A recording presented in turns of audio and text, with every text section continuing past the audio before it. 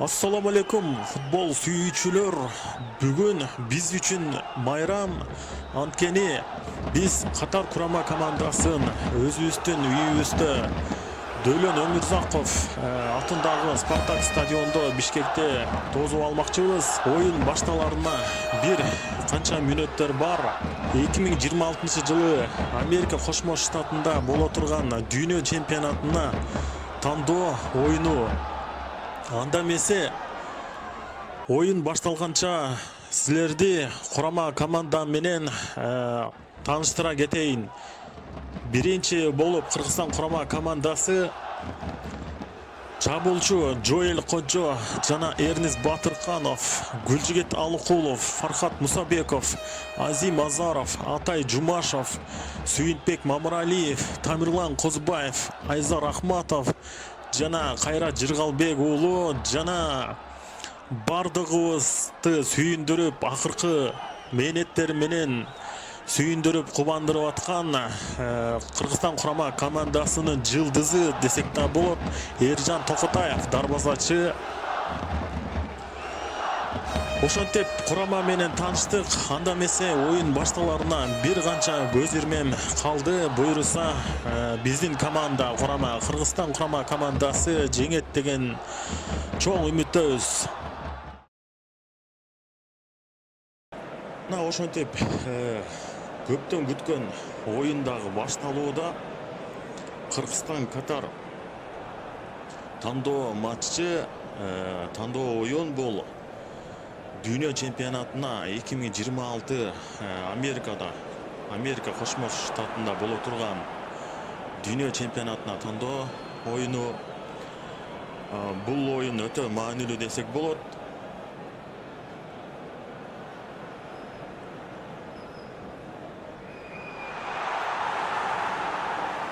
Токотаев топту ортого чыгарып берүүдө. Топ катарлыкта.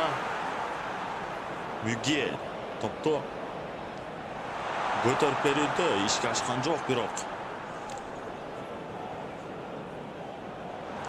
Акрам Афифтен алып койду, караңыздарчы. Кайрат Жыргалбек Козбаевке ойноодо. Козбаев Мамыралиевди тапты. Мусабеков. Кыргызстан курама командасы шашпай оюнду баштоодо. Бул жактан эмне болду? Офсайдка илинип калыптыр. Кожо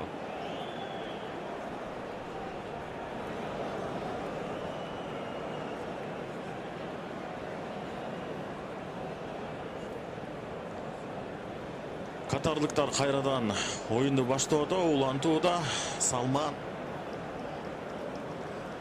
Хатем Мунтариге чыгарып берди жана Мунтари, караңыздарчы, ой.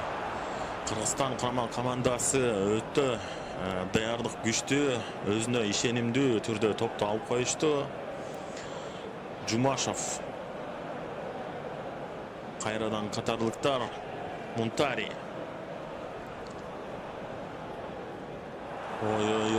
караңыздарчы, бияктан 5-номурдагы коргоочунун оюнун жана экинчи калыптан чыгарып берет. Афиф көтөрүүдө. Жоэл Кожо топту алды. Батыркановго берүүдө. Гүлжигит Алыкулов топ менен. Жыргалбек, Кайрат Мусабековду тапты. Мусабеков кана эми соккузат десек, бул жактан кайрадан катарлыктар алып койду. Акрам Афиф ойлаш керек. Ахматов ошол жакта экен. Экинчи катка көтөрүп берди жана бул жактан Хатем. Караңыздарчы, өтө жакшы коргоочулардын оюну. Кыргызстан курама командасы эч эле киргизбей атат. Өзүнүн дарбаза аянтына конокторду. Бул деген жакшы көрсөткүч. Буйруса мындай темп менен дүйнө чемпионатына чыгабыз. Мүгел топто Хатем. Карим. Мунтариге берген пасы ишке ашпай калды. Кайрадан Мамаралиев топ менен. Козубаев. Мусабеков. Кайрадан Козубаев. Мамаралиев. Батыркановго көтөрүп берүүдө. Бул жактан жакшы эле Батырканов аракет кылды. Болгону коргоочулар көптөп койгон көрүнөт.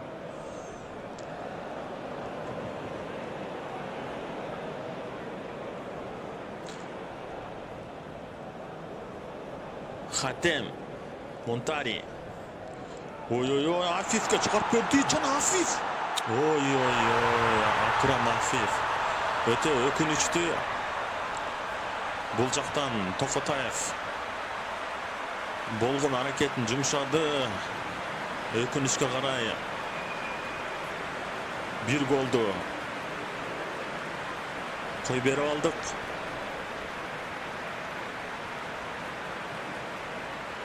Акрам Афифти жакшылап байкаш керек эле. Ансе да толук оюн алдыда десек болот. Үмүттөр үзүлбөйт албетте. Жооптуу гол көрө алабыз деген үмүттөбүз. 1-0. Ахматов, кайрадан Козубаев, кайрадан Ахматов, Азаров, Кайрат Жыргалбек. Эрнис Батыркановго көтөрүп берүүдө. Бул жактан бир жакшы бир план десек болчу дайбы. Бир жакшы бир план түзчүдөй болуп атат. Биздин курама команда шашпай ойлонуп тактика менен жана Жоэл Кожо топту. Жоэл Кожо, анаки караңыздарчы. План дегенче болбой бул жактан өзүн сынап көрдү. Оң бут менен тамайлап сокку узаткан экен. Өкүнүчкө карай гол болгон жок. Жоэл Кожо азыркы учурда Кыргызстандын жылдызы десек де болот. Гүлжигит Алкулов Мусабековду тапты. Жана Жоэл Кожо. Батырканов, караңыздарчы, бул жактан Катардын дарбазачысын бир топ эле коркутуп койду көрүнөт. Жана бул жактан көтөрүп берүү. Азамат. Кыргызстан курама командасы жооптуу гол жаратып койчудай сезилип атат. Урматтуу көрүүчүлөр. Кайрадан Акрам Афиф топту алды. Ага болгон каршылаш биздин коргоочулар жакшы оюн көргөзүп атат. Караңыздарчы, топту алып коюшту азаматтар. Фархат Мусабеков, Кожо, Алкулов.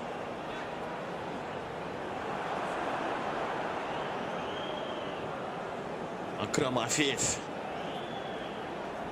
Ват.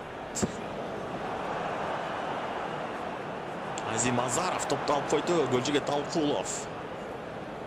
Козубаев. Жоэл Кожо, Азамат. Жоэл Кожо кирип бар. Батыркановду экөө бири-бирин түшүнбөй калган көрүнөт. Бул жактан Акрам Афиф кайрадан топтоп. Токотаев. Ой-ой-ой, өкүнүчтүү. Экинчи голду Токотаев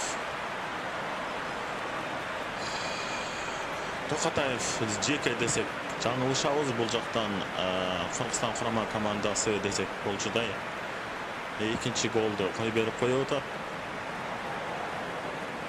Дагы деле үмүттөр үзүлбөйт.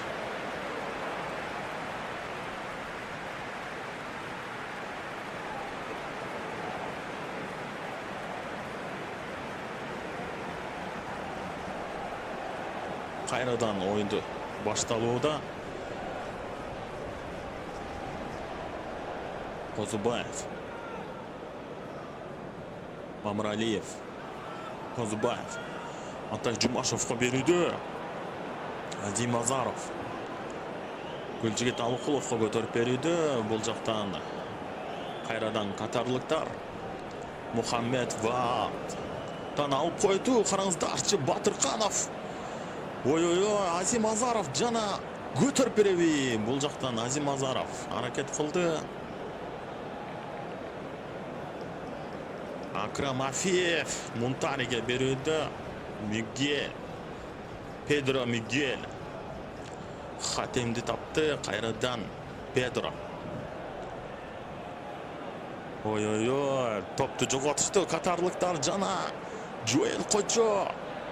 Мамралиевке берді. Қайрадан Жоэл Кожо чыгарып береби же өзү кирип барабы десек, бул жактан байкап көрөбүз. Жоэл Кожо өзүн да сынап көрсө болот бул жерден. Мамралиев көтөрүп берди жана гол!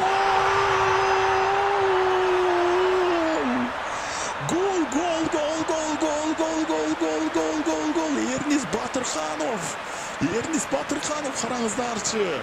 Урматтуу YouTube көрүүчүлөр, караңыздарчы. Эки чабуулчубуз өзүнүн ишин так аткарышты. Айтып аткандай эле жакынкы учурда гол болобу деп айтып аттым эле, караңыздарчы. Ага чейин болбой бул жактан Батырханов. Ой-ой-ой, кандай кооз гол киргизди. Мына урматтуу көрүүчүлөр, счет 2-1 болуп калды. Дагы көптөгөн үмүттөр бар. Буйруса бул оюнду жеңебиз, жеңсек дагы алдыда оюндар күтүп турат. Дүйнө чемпионатына чыгабыз деген үмүттөр бар. Гүлжигит Алкулов.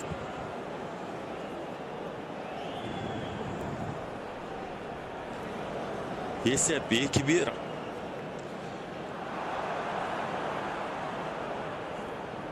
Көтөрүп берди Акрам Афиевке. Ой-ой-ой, абайлаңыздар, ой, бул жак. Акрам Афиев кайрадан, ой-ой-ой, Акрам Афиев. Бул жактан Акрам Афиев Катардын өзүнчө бир Катардын Роналдосундай эле оюн көргөзүп атат.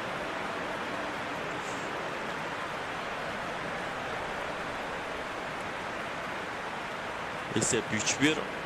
Тилекке каршы Катардын пайдасына чечилүүдө. Ансе дагы жогору болгондой бир голду көрө алдык жана ошондой эле оюн бүткөнчө ар кандай болуп кетиши мүмкүн. Дагы деле чоң үмүттөр бар. Оюн кайра башталууда. Гүлжигит Алкулов. Караңыздар, жылдамдап баратат. Гүлжигит Алкулов эмне кылат? Кирип барабы бул жактан?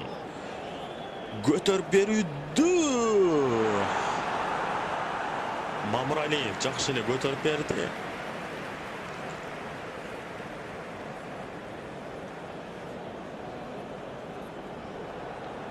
Кайрат Жыргалбек. Атай Жумашев.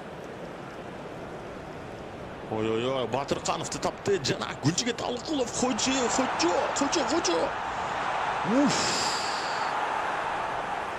Өтө жакшы.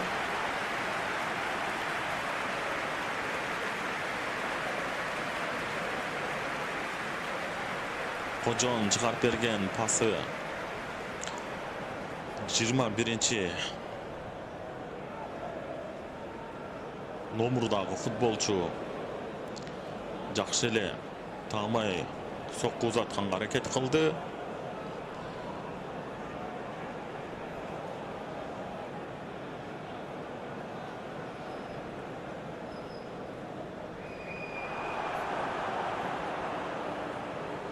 Гүлжигит Алкулов топту алууда. Мамралиев. Фархат. Жоэл Кожо кайрадан Алкуловго. Мамралиев. Экинчи кабатка көтөрүп береби же Кожо топту жана десек бул жактан эмне ой.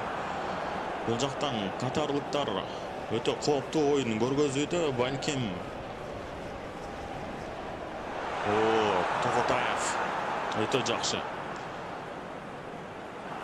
Акрам Афиф топту.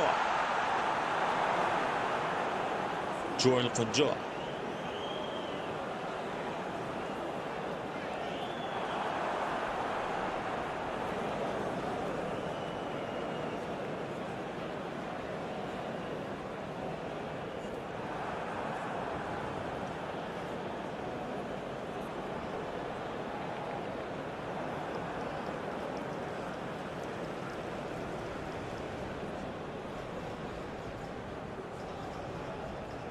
Мухаммедова. Мунтариден алып коюшту. Караңыздарчы, Гүлжигит Алкулов топ менен. Мамыралиев. Алкулов. Фархат. Кожо. Кайрадан Алкулов экинчи кабатка көтөрүп берүүдө. Кайра.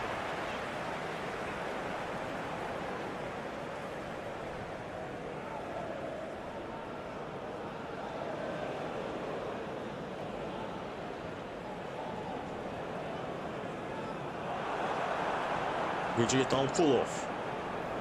Oyun талаанын көбүнчө ортосунда көп болуп атат.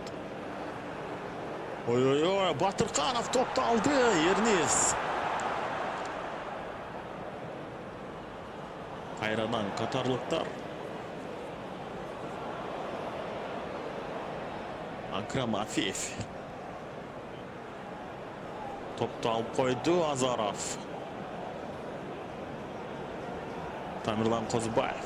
Гүлжигит Алкуловго берүүдө. Жоэл Кожо. Сүйүнтбек Мамыралиев топ менен.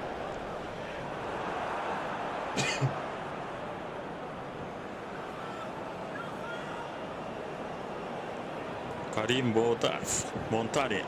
Акрам Афифке берүүдө. Педро Мигуэль. Топту алып койду. Жакшы оюн. Жоэл Кожо. Эртерек балким ойнош керекпи бул жактан. Өтө Катар командасы прессингде күчтүү кылышып атат. Педро Мигуэль топ менен.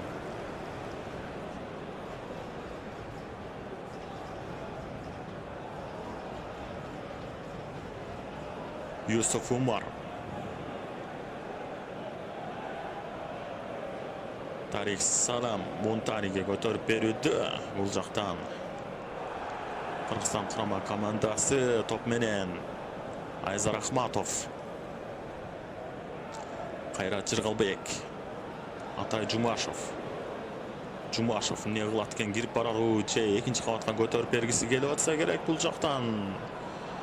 Топту алдырып койду кайрадан катарлыктар. Абдуллайс Хатем. Кукхи. Тариге көтөрүп берүүдө.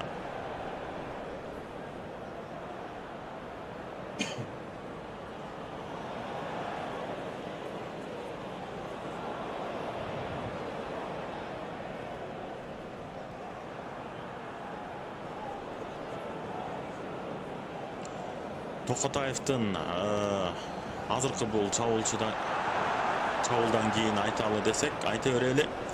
Токотаевдин жакынкы оюнда көрсөткөн чеберчиликтери албетте сүйүндүрөт, кубандырат, өтө үмүттүү, чоң үмүттөрдү коебуз. Бул жигитке Өзбекстан курама командасы менен оюнда өтө чеберчилигин жогорку деңгээлде көрсөттү десек болот. Токотаевден үмүттөрүбүз чоң албетте. Ийгилик каалайбыз. Мухаммедова. Бул сокку Токотаев үчүн оңой эле болду. Жана чыгарып берүүдө Азимазаров топ менен Атай Жумашевка берүүдө, кайрадан өзү алды. Жана Эрнест Батыркановго көтөрүп берүүдө. Бул жактан Эрнест Батырканов ачыла албай жатат.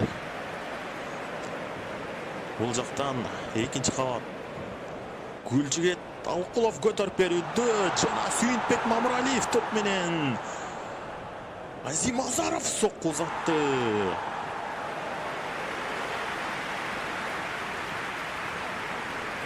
Мухаммед Мунтариге топ келетат. Биздин курама алып койду. Жумашев топ менен Кайрат Жыргалбек Эрнест Батыркановго көтөрүп берүүдө. Байкасаңыздар, ар дайым Эрнест Батыркановду Катардын коргоочулары көптөп койгон көрүнөт. Ар дайым жабык болуп калып атат Эрнест Батырканов. Бирок ошонсе дагы бир голдун автору болду. Эми дагы күтөбүз.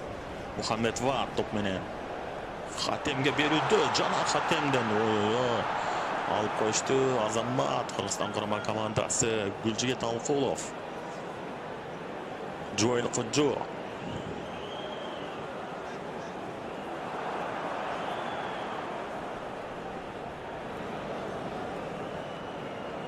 Мухаммед Вар,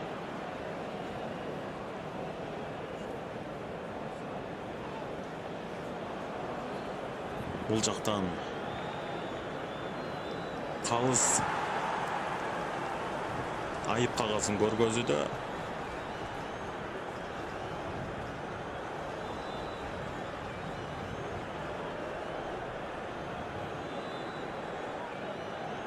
Кайрат Жыргалбек уулу айып кагазын алды. Жана Акрам Афиев көтөрүп берүүдө. Абайлаш керек.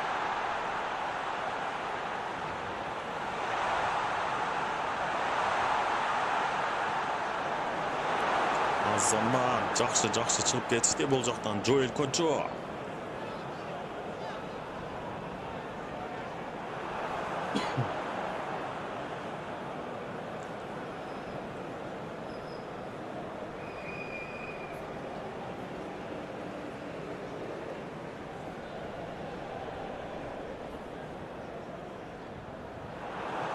Сүйүнтбек Мамыралиев Алкуловго берүүдө. Катарлыктар өтө прессингти күчтүү кылышып атат. Дагы кооптуу жагдай жаралды. Азаров азырынча калыс сөз менен гана эскертүү берүүдө. Акрам Афиев.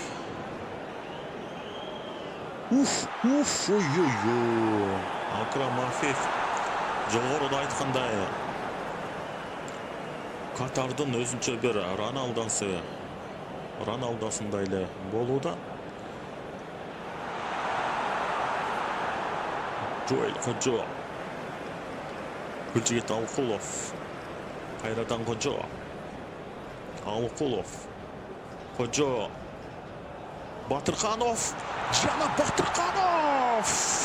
Батырканов бир нерсе ойло бир нерсе ойло дегенче кайрадан топ Катарда. Мунтари, Афиев. Афиевке каршы кайрадан оюн бузулууда. Ахматов.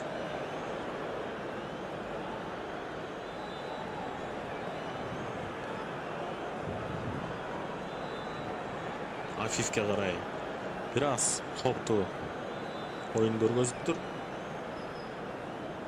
Мухаммед Ва топ менен жана көтөрүп берүүдө. Бул жактан Педро Мигель жана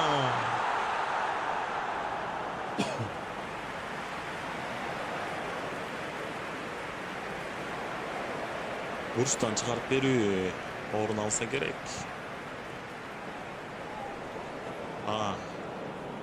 Орун албайт экен. Бизге өтө жакшы бул жагы. Айза Рахматов. Кайра. Атай Жумашев.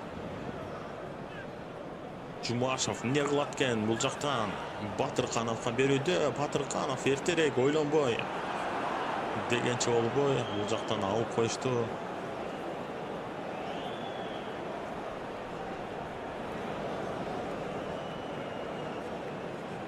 Ойлайм Купфи көтөрүп берүүдө Афифке. Сүйүнбек Мамыралиев. Кайра. Мусабеков. Азаров. Эрнис.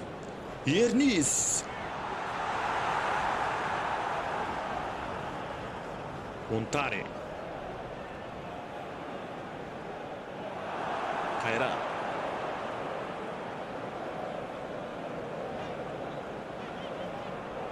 Гүлжиге. Бул жолкусунда катарлыктар oyun erежесин бузууда. Алукуловго каршылы Машаал аттуу оюнчу эреже бузган экен. 26-номурдагы. Андыктан Азим Азаров. Жана бул жактан Жойкочо гол!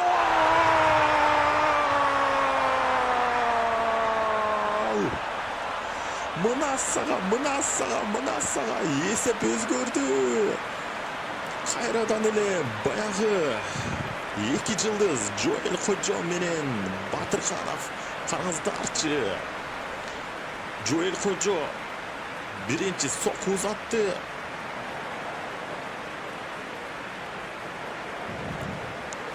Тоскондон кийин 7-номурдагы жылдыз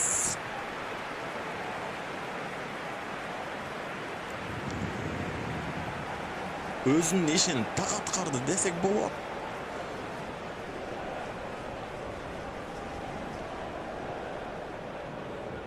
Жумашев гол киргизген экен, кечиресиздер. Өтө жакшы дагы үмүттөр бар. Албетте убакыт бар, үмүт бар дегендей. 3-2 oldu. Жана Токотаев. Токотаев дагы бир жолу өзүнүн чеберчилигин бул оюнда дагы көрсөтүүдө. Гүлжүге оюн жандангандай көрүнүп атат. Урматтуу көрүүчүлөр.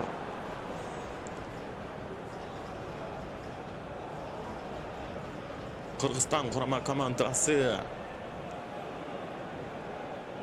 жакшы оюн көргөзүп баштады. Азим Азаров. Кайрадан катарлыктар Мунтари. Афифтен эртерээк алыш керек топту. Азамат Эрнис Батырканов топ менен. Жана Батырканов бул жактан соку эмес, Кожого чыгарып берүү болду десек дагы жаңылышпайбыз. Кайрадан катарлыктар алып койгон эле. Сүйүнбек Мамыралиев ылдамдап баратат. Алкулов. Кожо кайрадан. Бул жактан караңыздарчы кандай топ үчүн күрөш болуп атат. Жана Сүйүнбек Мамыралиев кайрадан топ менен кирип барууда. Жана Сүйүнбек Мамыралиев. Азамат жакшы аракет кылды. Мунтари топ менен ойлаш керек, бул жактан алыш керек. Азамат Кыргызстан курама командасынын оюну өтө жакшы.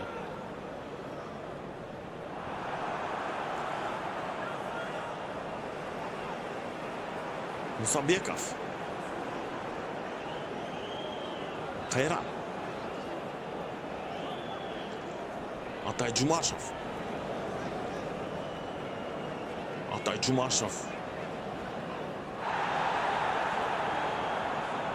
Өтө керек учурда керек учурда керек жерде болуп калды. Жана кайрадан Афиф албетте өзүнүн чеберчилигин дагы көрсөттү Атай Жумашев. Болгону Роналдону негизи ошентип айтышат го, көбү тең эмне үчүн Роналдо дүйнөнүн жылдызы дегенде керек учурда, керек убакытта, керек учурда, керек жерде болот деп. Ошол сыяктуу ошондой мааниде айттым. Кайрадан катарлыктар Педро көтөрүп келди. Мунтари, Хатем, Педро. Бул жактан көтөрүп берүүсү ишке ашкан жок. Жана бурчтан чыгарып берүү. Афиф топ менен Мухаммедова. Афиф кайрадан абайлаш керек бул жактан. Ой-ой-ой, катарлыктар топту алып коюшту. Кыргызстан курама командасы кайрат. Эрнис. Ой-ой-ой, топ үчүн күрөш өтө кызып баратат. Урматтуу көрүүчүлөр. Мухаммедова. Oyun kızıp barata. Muntari. Hayradan. Atay Cumaşev azanma. Golden avtoru.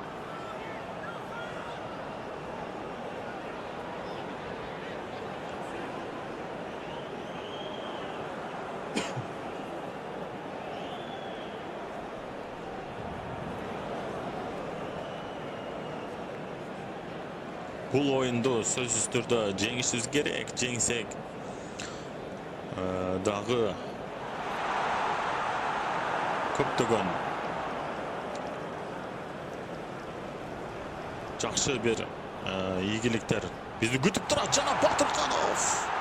Ой-ой-ой, Батырканов бул жактан караңыздарчы. 3 коргоочу менен жалгыз күрөш көргөздү. Акрам Афиев. Мухаммедова. Педро. Хатем. Будафи. Машал. Фархат. Кайрат Жыргалбек. Атай Жумашев.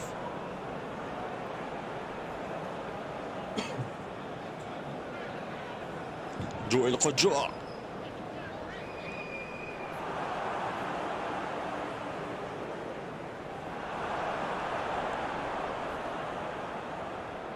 Азимазаров. Эрнис Батыркановду тапты. Жана Батырканов жакшы чыгарып кетти. Ой-ой-ой, Батырканов. Караңыздарчы. Кайталоодан көрө алабыз. Батырканов өтө жакшы чыгарып берди бул жактан. Жоэл Кожого. Аз жерден эсеп теңелип кала жаздады. Жана бурчтан чыгарып берүү орун алат. Гүлжигет Алкулов топто. Көтөрүп берүүдө экинчи кабатка. Жана бул жактан Азимазаров. Фархат Мусабеков. Мамыралиев көтөрүп берүүдө кайрадан.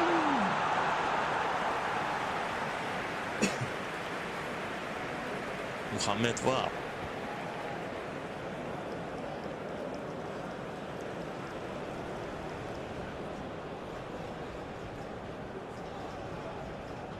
Мухаммедова. Мустафа. Хатем. Ой-ой-ой, караңыздарчы. Ой-ой-ой. Аз жерден калды. Сантиметр, миллиметр десек да болот. Штанга.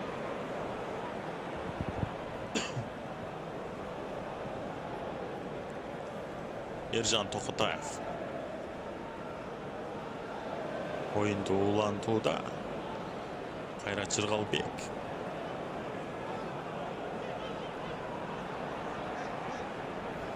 Алкулов. Жоэл Кожого берди. Кожо бул жактан. Кайрадан Атай Жумашев. Кайрат Жыргалбек. Atay. Farhat. Gülcigit. Kayradan Farhat. Kayradan Atay. Kayrat. Atay дағы bir goldu жаратып koyucuday сезіліп отыр. Жана Батырқанов топты.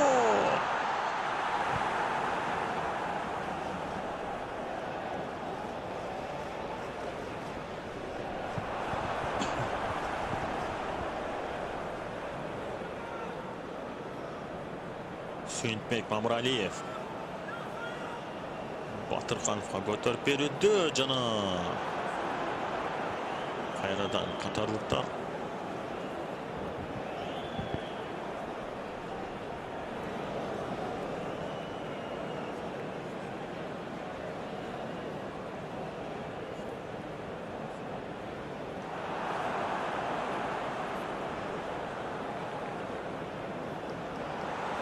Joel Hoca toptu aldı. Suyunbek. Gülcigit.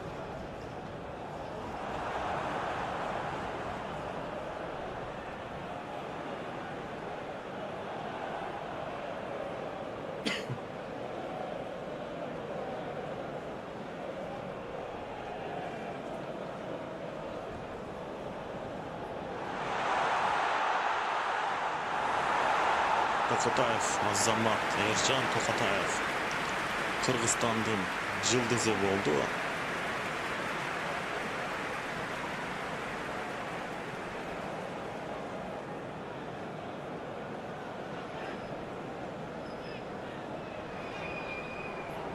Батырқанов, топ мені Can Батырқанов!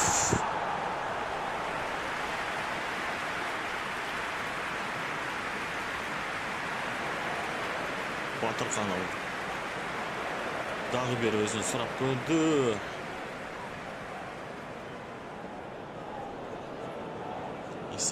Есеп теңеліп қалады біле бәлкім.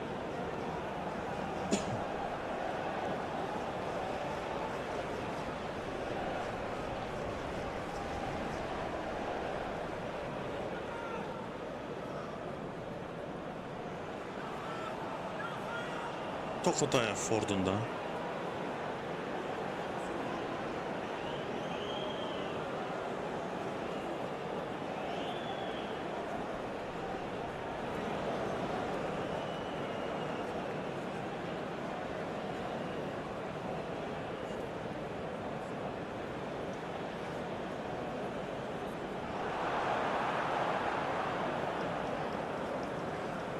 Joel Hoca. Батырқанов. Toptu aldırıp koydu Kayradan.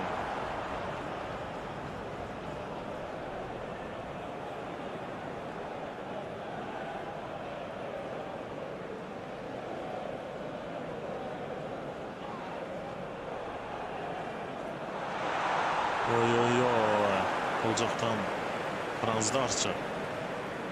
Өте қауіпті жағдайлар орын алып отыр. Mustafa Mashal. Azzamat toptu alып қойды қырғызстандықтар.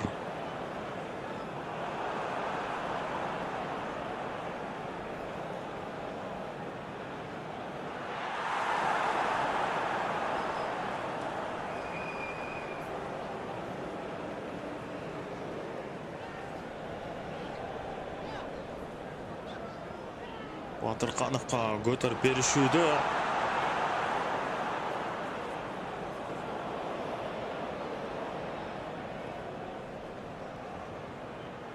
Акрам Афиф ойнаш керек. Бұл жақтан қорғаучы жақсы ойын көргөздү. Акрам Афиф бұрыштан шығарып береді. Жана топты көтеріп беруді. Joel Hoca қараңыздарчы. Азамат бұл жаққа да келіп, бұл жаққа да жетішкенге үлгіріп тұр.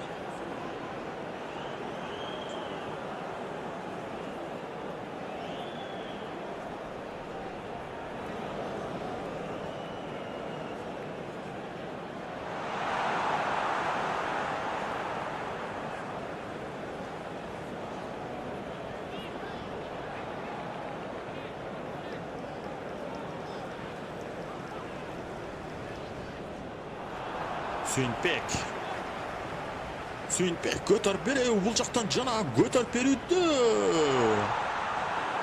Тамай эле Батыркановго көтөрүп берди. Бирок ишке ашпай калды Тилекке каршы. Кайрадан катарлыктар. Мухаммед Ват ылдамдап баратап. Экинчи кабатка көтөрүп берди. Ишке ашкан жок бирок. Абдулазиз Хатем. Ой-ой-ой. Өтө жакшы Токотаев.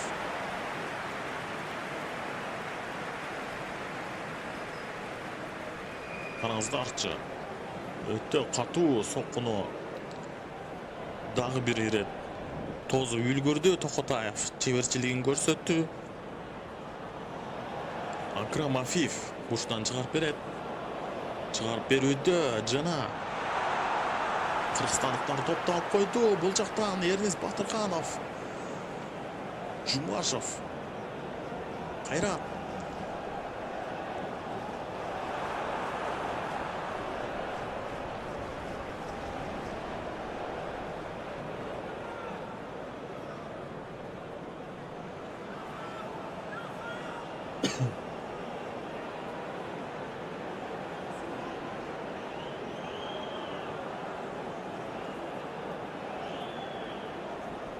Pedro Mülken top menен. Muhammed Montari. Abdulaziz Hatem'den toptu alıp koydu desek. Kalıstar erejeni buzdu dep kатташыптыр. Oyun toktotuldu. Alkulov erejeni buzgan görünөт жана Акрам Афиф ойлаш керек.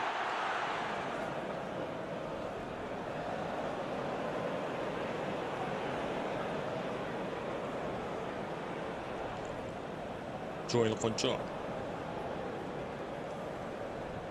Suyinbek Mamraliyev, Joel Konco, Mamraliyev,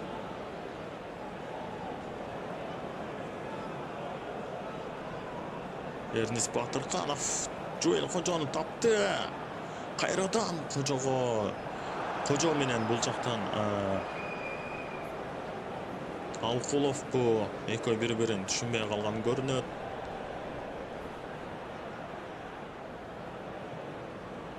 Акрам Афиф топ менен көтөрүп бер. Уй.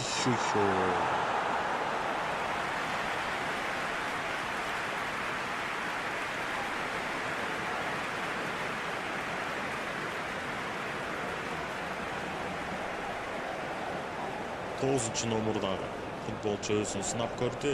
Монтари.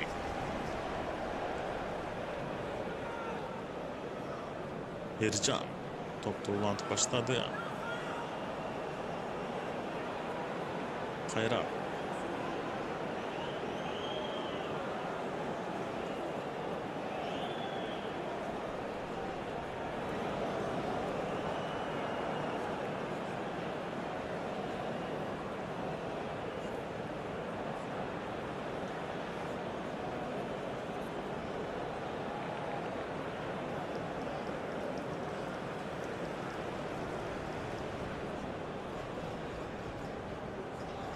Muhammed Ват көтөрүп берүүдө. Гүлжигит Алкулов Joel Konco'го дароо эле чыгарып берди. Кайрадан Батырканов топ менен. Фархат Кожо. Батырканов кайрадан Кожо.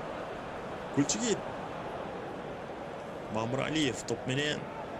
Гүлжигит ойнодо. Гүлжигит чыгарып берет, өзү чыгарып берет. Кожо гол! Gol. Anaki.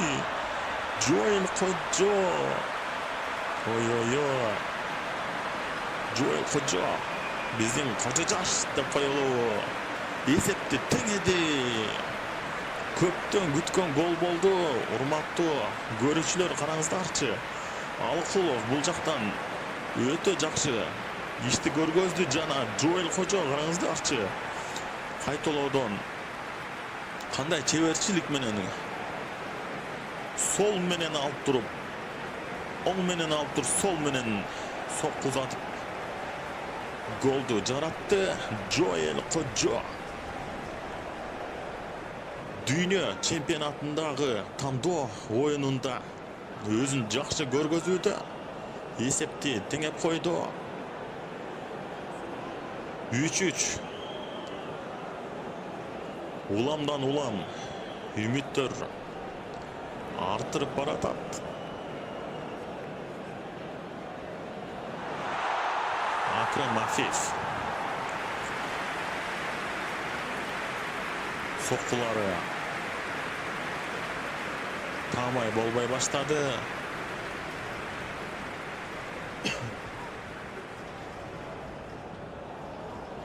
Эсеп 3-3. Буюрса дүйнө чемпионатына чыгабыз. Джоэл Кожо кайра топ менен. Кайрадан катарлыктар.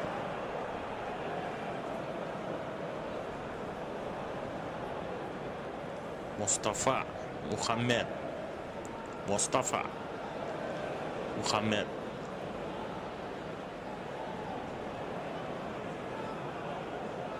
Абдул Азиз Хатем. Мунтариге чыгарып берүүдө. Акрам Афиф топ менен. Мунтари. Ой, бул жактан не болду я?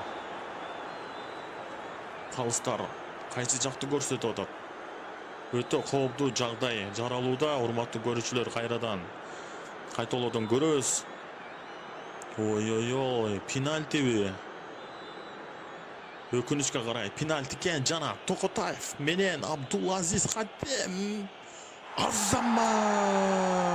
Караңыздарчы, Токотаев дагы бир жолу өзүнүн чеберчилигин көрсөтүүдө. Азамат Ержан Токотаев дагы бир ирет Кыргызстан курама командасын сактап койду. Бир голдон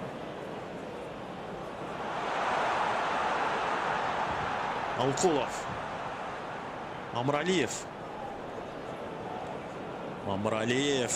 Сүйетбек жана бул жактан ой. Өтө жакшы.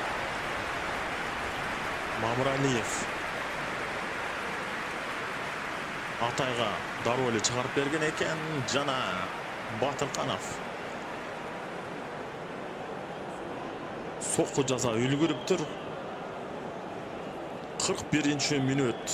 Урматтуу YouTube көрүүчүлөр, футбол сүйүүчүлөр, Кыргызстан Катар оюну дүйнө чемпионаты Америкада 2026 боло турган дүйнө чемпионатына тандоо оюну. Мухаммедова топ менен. Карим. Мустафа кайрат. Акрам Афиф. Коргоочулар өтө жакшы оюн көргөзүп атат. Өз иштерин так аткарып атат десек болот. Акрам Афифке жолтоо болуп койду көрүнөт. Ержан Токотаев оюнду улантат. Айзар, Тамирлан, Гүлжигей, Козубаев, Азаров, кайрадан катарлыктар. Акрам Афиф. Ой.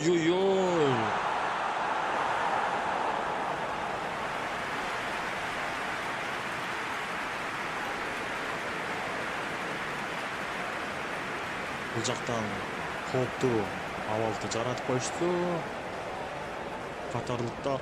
Бирок албетте биздин жылдызыбыз, легендабыз десек да болот.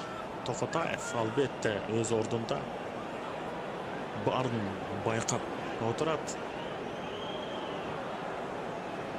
Gülçiget Alkulov. Joel Kojo top menen Alkulov.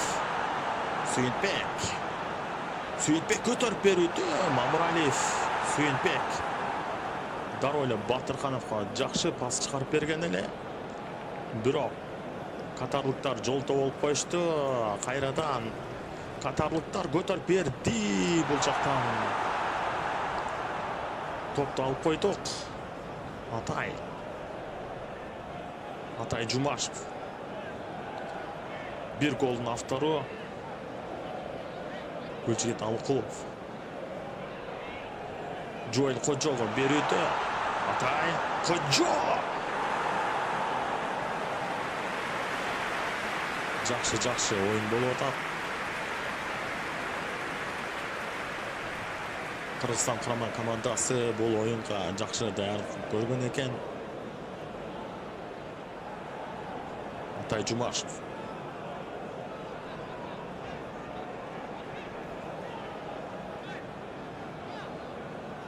Эрнест Батырхановго жакшы чыгарып берген жана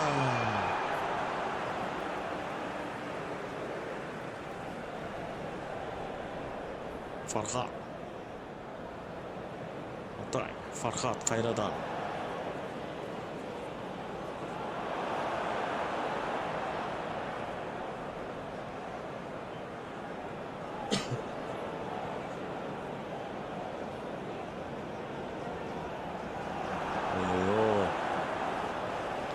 Азамат жакшы. Joel Kojo, Батырханов. Собеков Gülçigetти тапты. Gülçiget бул жактан Gülçiget аракет кылыш керек. Албетте топту алып койду. Gülçiget эмнегедир өзүн жакшы ачыла албай атат десек болот. Жакшы көргөзө албай атат өзүн. Албетте баарыбыз эле билебиз. Gülçigettен дагы өтө чоң үмүттөр бар. Жана Токотаев Азамат өз ишин так аткарууда. Абдулазиз Хатем топ менен. Педро Мюке.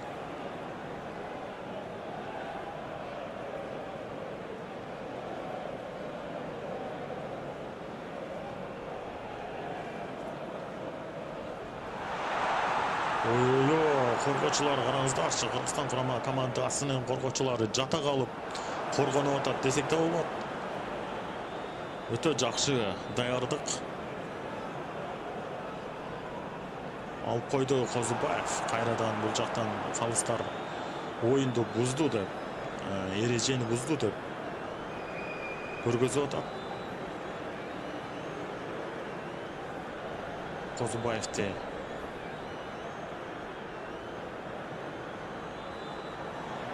катарлыктар оюнду улантап, топту Акрам Афиф ойнош керек бул жактан. Токотаев ордунда жана коргоочулар ордунда.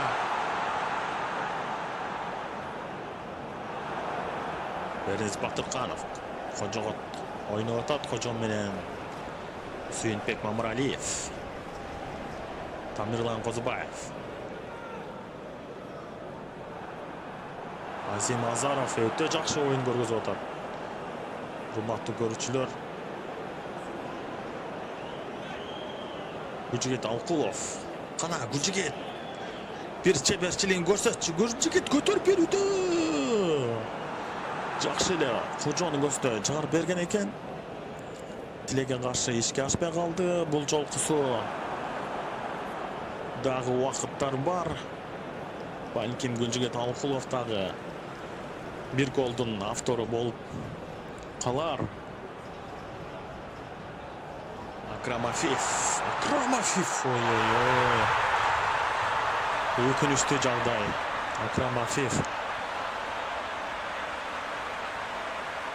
Уже канчанчы 4-чү голун, 3-чү голун киргизип атат. Өзүнүн командасын алдыга алып чыгууда.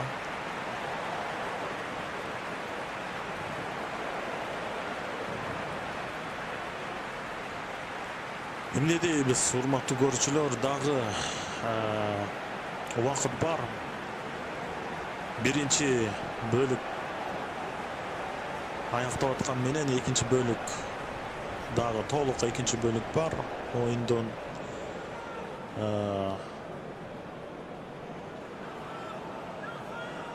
дагы үмүт бар. Азим Азаров. Кайрадан Азаров. Алдырып койду. Афиф.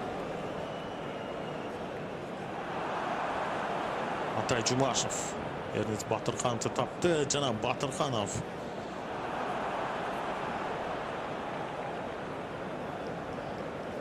Тарик Сусанман. Ошентип, урматтуу көрүүчүлөр, биринчи тайм аяктады.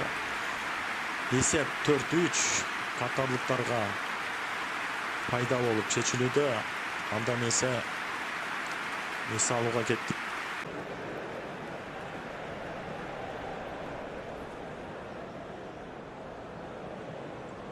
Кайрадан экинчи тайм башталды.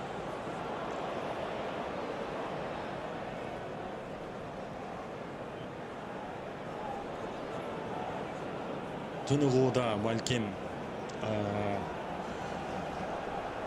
жакшы бир тактика пландар менен чыгышканбы. Эки команда тең. Экинчи таймда биздин курама командага пайдалуу болуп эсеп өзгөрөбү? Көрө жатарбыз. Тамырлан Козубаев. Кайрат Жыргалбек.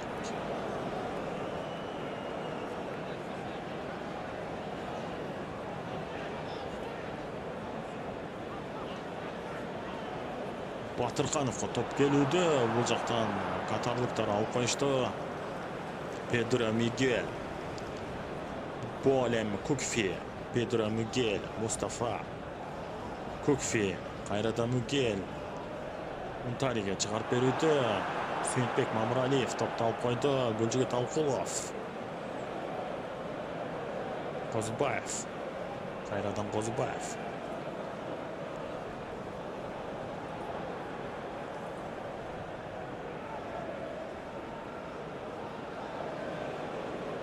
Биринчи бөлүк өтө жакшы оюн болду.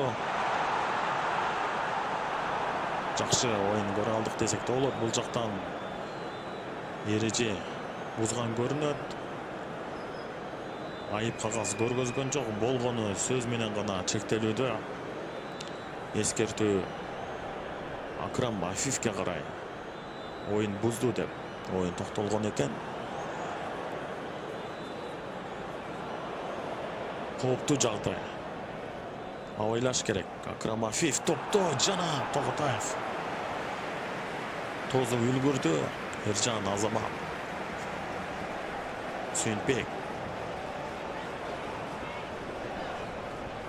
Батырханов. Кайра.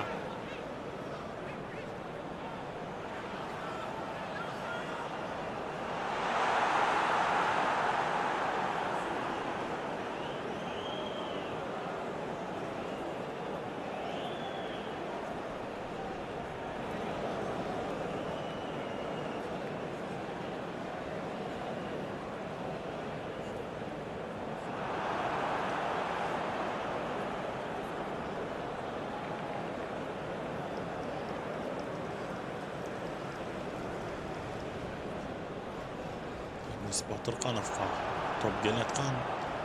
Батырханов топту алды. Азамат Атай Жумашевго берүүдө. Атай Жумашев бул жактан эмне кылат, көтөрүп береби? Кайратка берди жана Кайрат экинчи кабатка көтөрүп берди. Дал өзүнө Кожого көтөрүп берди, бирок Кожо бул жактан жакшы бир оюн көргөзгөнгө аракет кылды. Тилекке каршы ишке ашкан жок.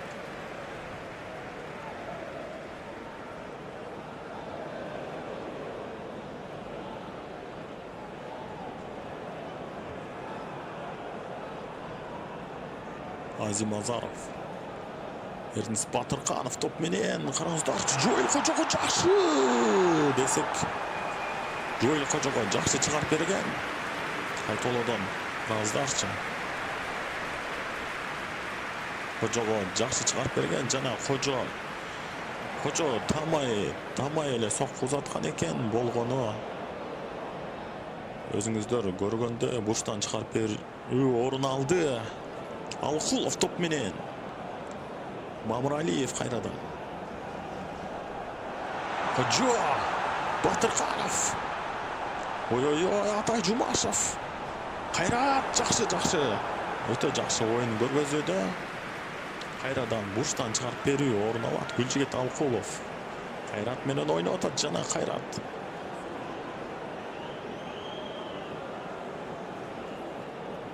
Офсайд болуп калган көрүнөт бул жактан.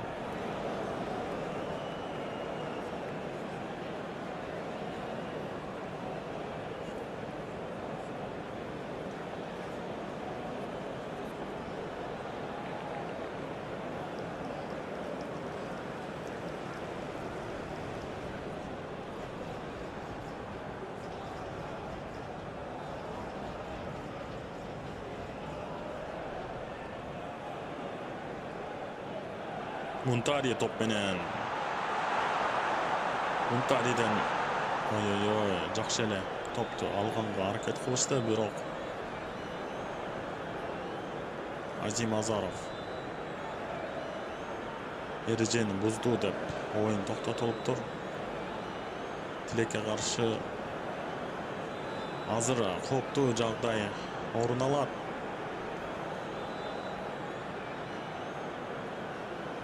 Айып сокку Акрам Афиф кайрадан топ менен.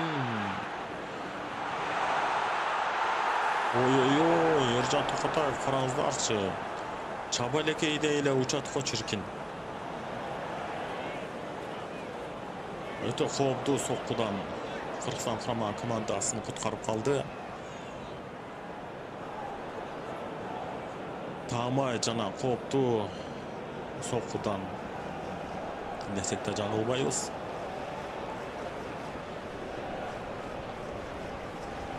Петро Мигель. Мустафа. Фархат Мусабеков. Жоэл Кожого берүүдө. Кожо Мамыралиев. Кайрадан Кожо. Шашып кетти көрүнөт бул жактан.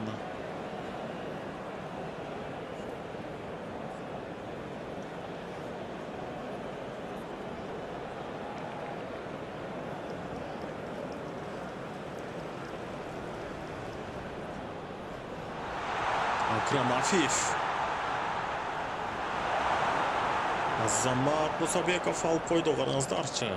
Акрам Афифтен кандай бир эрежени бузбай, өзүнчө бир техникага салып топту алып койду. Кайрадан катарлыктар. Мухаммед Мунтари топту жоготууда. Мусабеков. Азим Азаров. Атай Жумашев. Кайрат. Жумашев жакшы чыгарып берди. Бул жактан Батырканов бар. Гүлжигит Алкулов Мамыралиевке чыгарып берүүдө.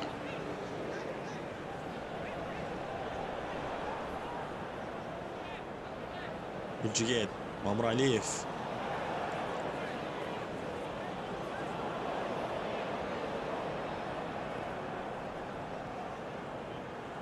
Жоэл Кожо топту алды. Жана бул өтө кооптуу.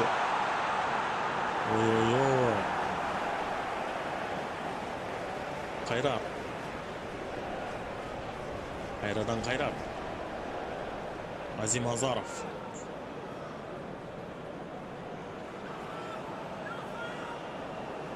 Эсепти теңеш керек. Урматтуу көрүүчүлөр, дагы убакыт бар албетте. Эсепти теңеп, андан дагы тышкары 2 гол, 3 гол жаратканга мүмкүнчүлүктөрүбүз бар.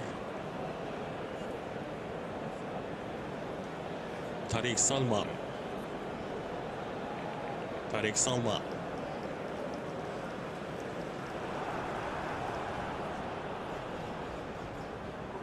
Батырканов. Бул жактан эки коргоочу менен топ үчүн күрөшүп кетти. Петрио Мигюэль.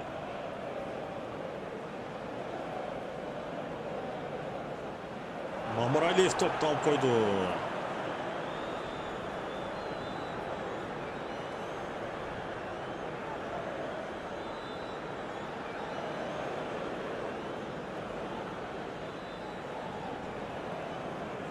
Көтөрүп берүүдө экинчи кабатка.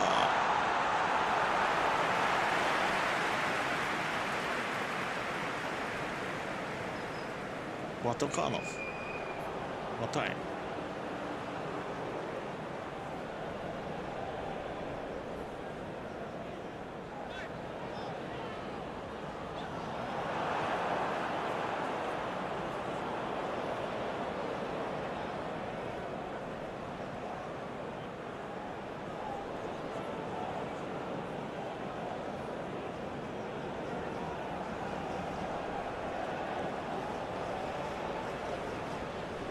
Joel Hoca.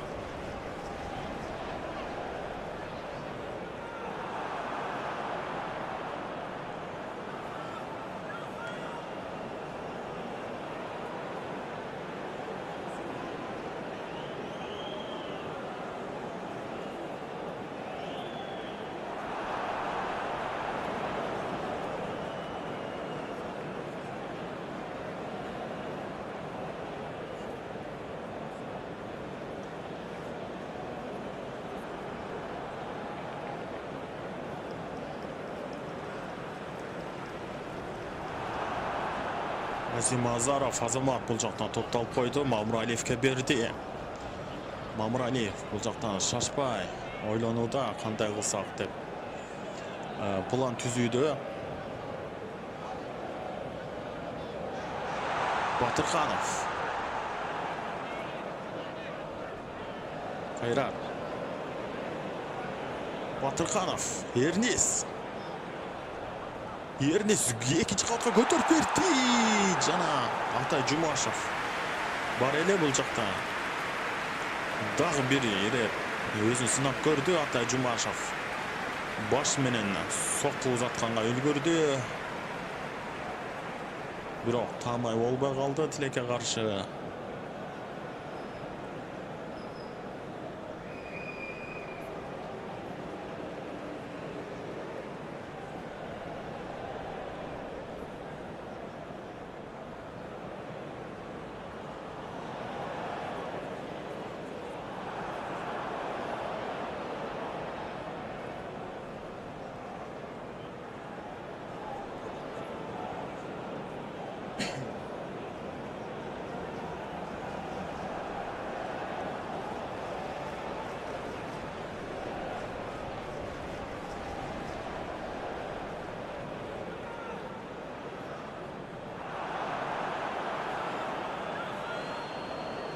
Уштан чыгарып берүү орун алат.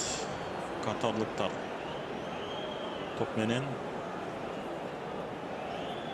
жана чыгарып берүүдө Токутаев. Азамат өзүнүн ишин жакшы аткарып атат.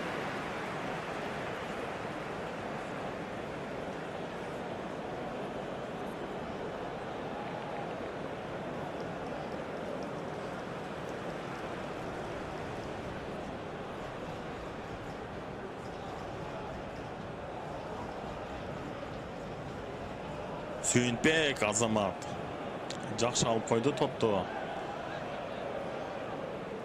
Кайрадан Сүйүнбек. Гүлжиге.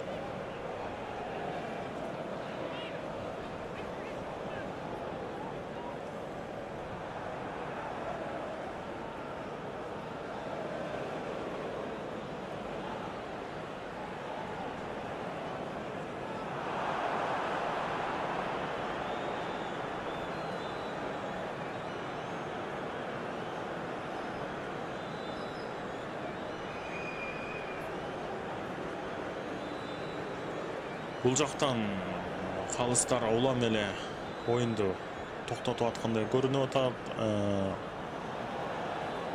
Кээ бир учурларда ашыкча токтотуп атабы балким.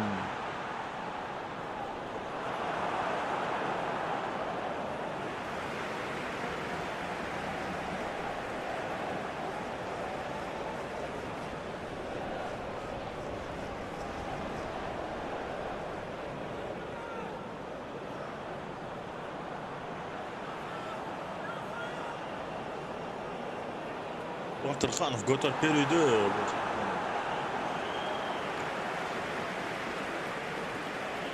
Кочого көтөрүп берейин деди. Гүлжигит бурчтан чыгарып берет. Жана чыгарып берүүдө.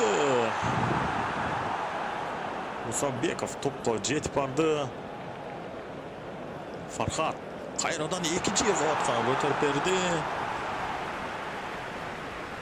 Бирок таамай болбой калды. Тилекке каршы Сүйүнбек.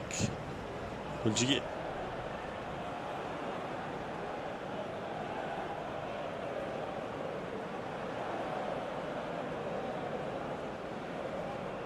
Ой-ой-ой. Фархат кандай оюн көргөзүп атат я. Алыкулов жана. Караңыздарчы. Азамат, Гүлжигит, Алыкулов. Өзүн сынап көрдү бул жактан. Жакшы сокку эле болгону.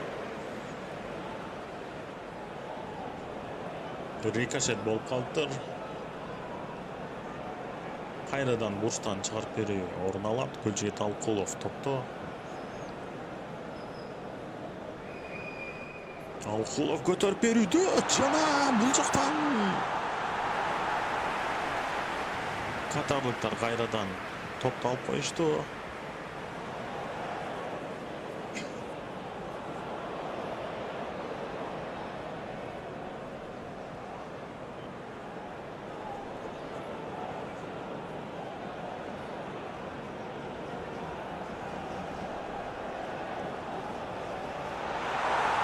Ой-ой-ой, Акрамафиев караңыздарчы.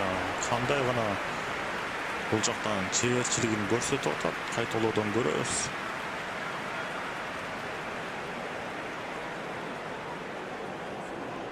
Дагы эле Роналдодой соккуларды көргөзүп атат.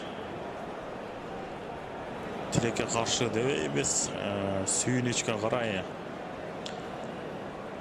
таамай болгон жок, гол жарата алган жок. Кайрадан биздин курама топ менен Эрнис Батырханов. Жоэл Кожо.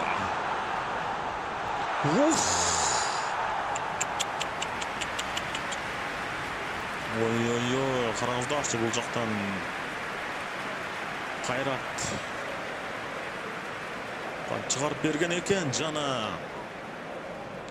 жыгылып баратып, караңыздарчы.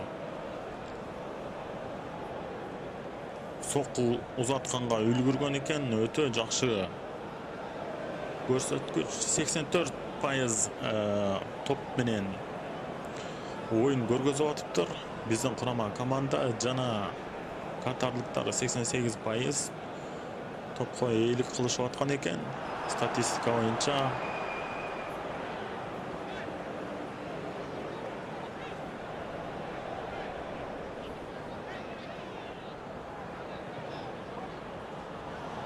Кожо топ менен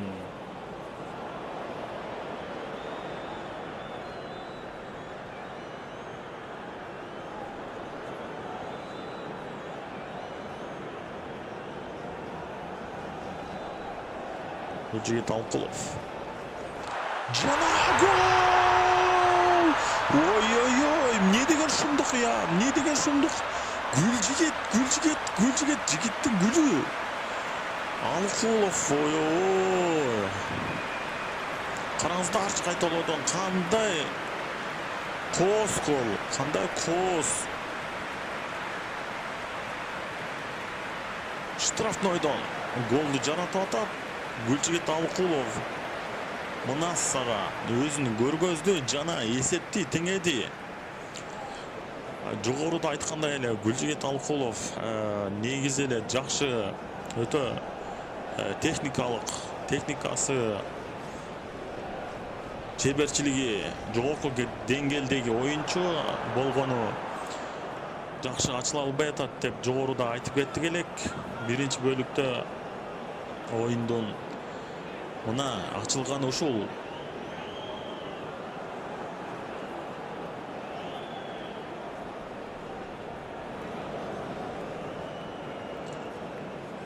Роналдо да эле гол жаратып койду. Штрафнойдон Гүлжигит Алкулов, Азамат.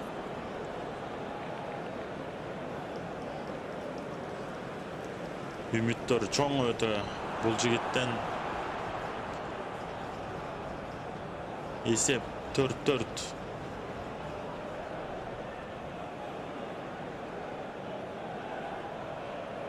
Oyun бүтүшүнө 20 мүнөт бар дагы. Акрам Афиф. Кайрадан Афифке берди эле Токотаев. Оңой эле алып койду.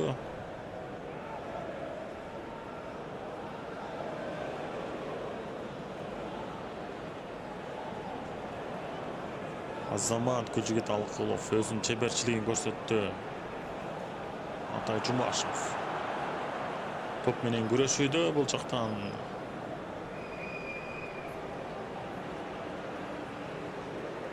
Pedro Miguel. Farhat Musabekov. Joel Hoca.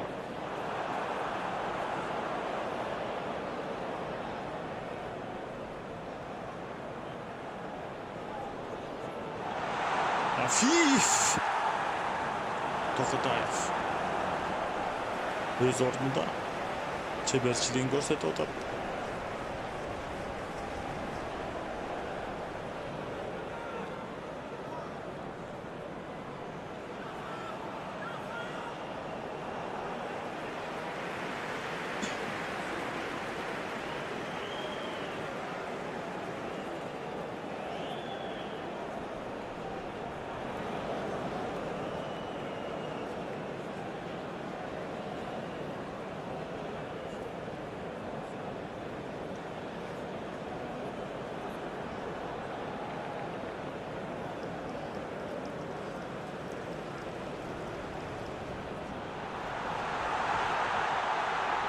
Muhammed Vaat götürüp berdi.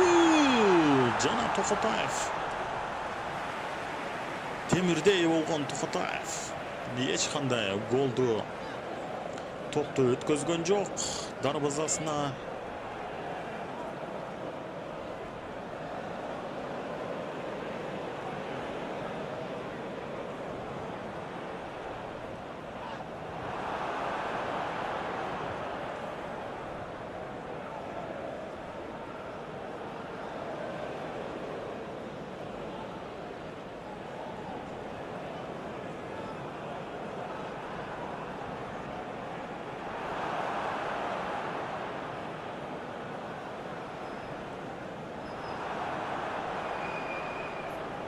тоо үчүн күрөш өтө кызуу жүрүп атат.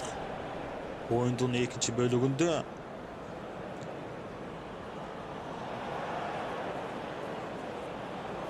Кайрат Жыргалбек.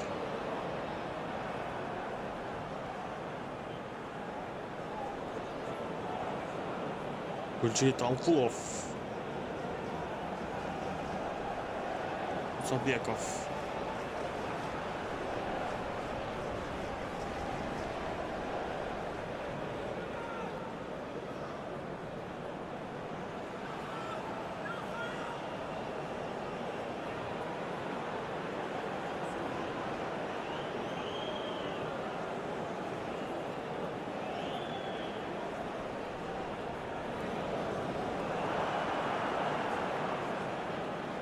Катарлыктар өтө аракет кылышып атат. Дагы бир голду жаратканга, бирок биздин коргоочулар жакшы коргонуп атат. Фархат, Гүлжигит.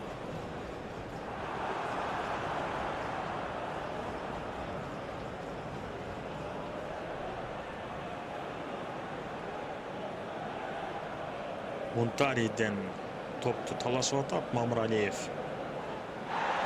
Алыкулов экөө.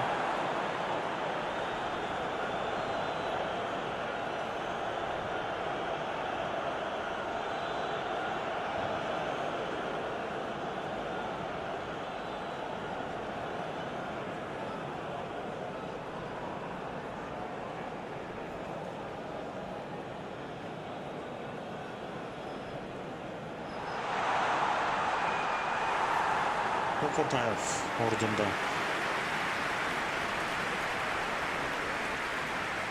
Кайра Алыкуловду тапты.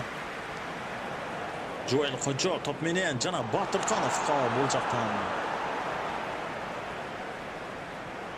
жакшы эле чыгарып бергендей көрдү, бирок тилекке каршы Батырканов эрежени бузуптур.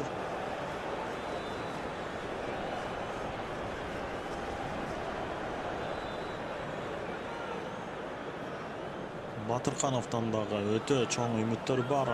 Келечеги алдыда.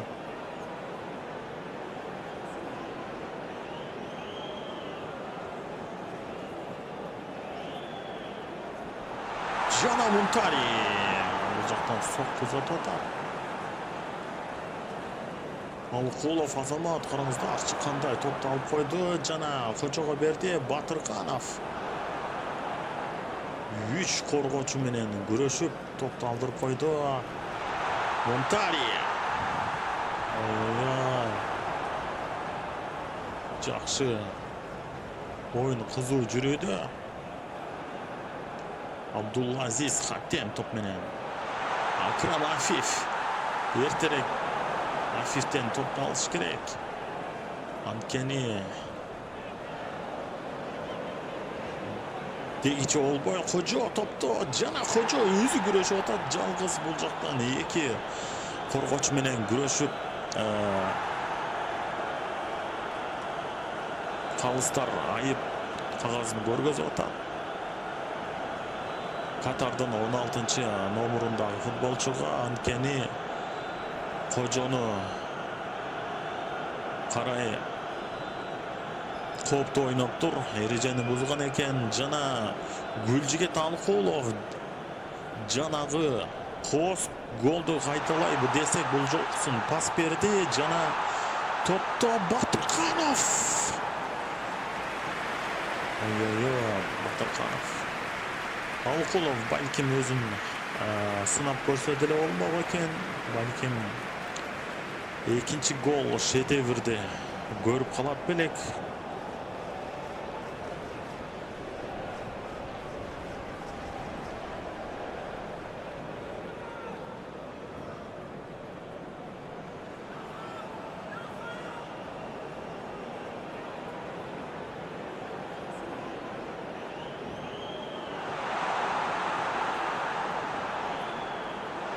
Мухаммед Мунтари топ менен жана бурчтан чыгарып берүүнү иштептир.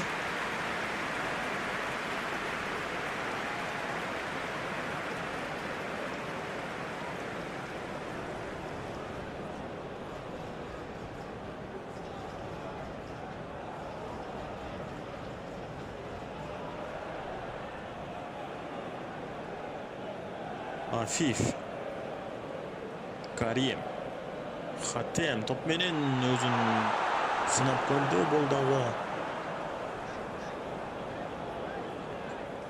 Кожо караңыздарчы.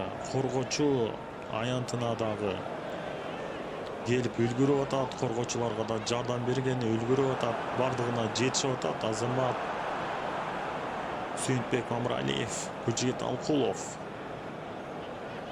Алыкулов. Педро Мигель. Мунтари.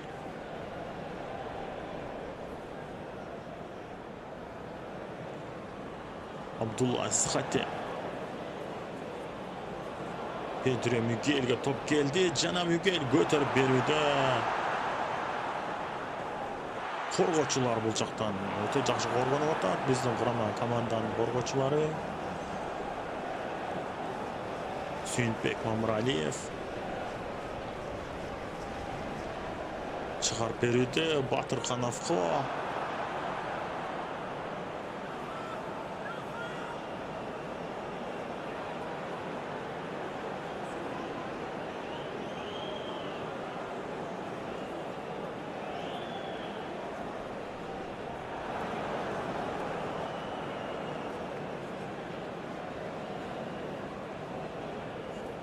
Фархат Мусабеков.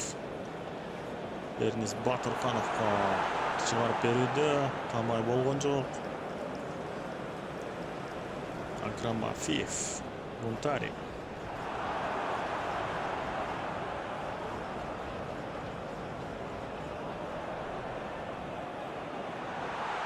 Мунтари. Ой-ой-ой, авайлаш керек дегенше болбой. Мухаммед Мунтари фараздарча болды. Жаратып қойды.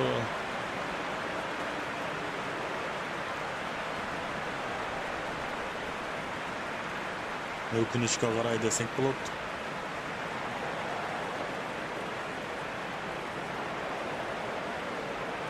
Ошонсе дагы ойын бүтөрүнө 20 минут бар.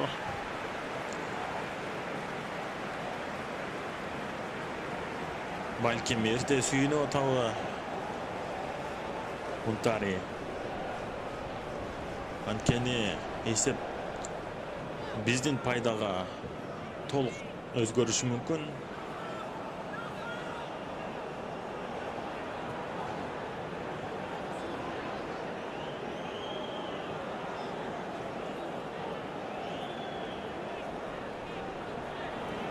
Фархат. Сүйінбек.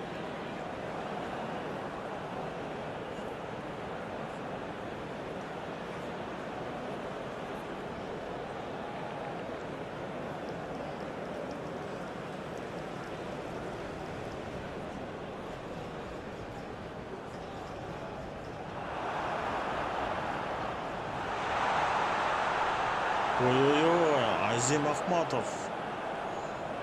Өтө жакшы. Коргонуп атат.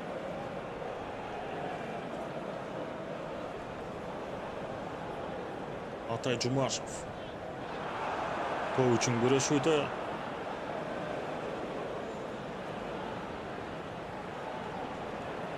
Петро Мигель топко жетип барууда. Жана. Ой-ой-ой, авайлаш керек. Коргоочулар Азамат.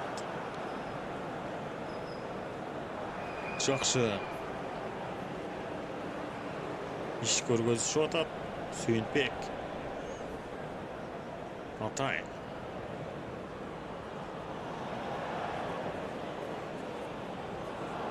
Кайрат. Атай кайрадан Кайрат. Ой-ой-ой, Батырқанов топты алды. Жақып Батырқанов. Жакшы сокку. Тамай сокку узатты. Болгону. Туура эле Катардын дарбазачысына топ жетип барды. Кайрат. Атай. Ой-ой-ой, Атай жакшы күрөшүп атат. Жана аракет кылып экинчи кабатка көтөрүп берди. Кайрадан катарлыктар.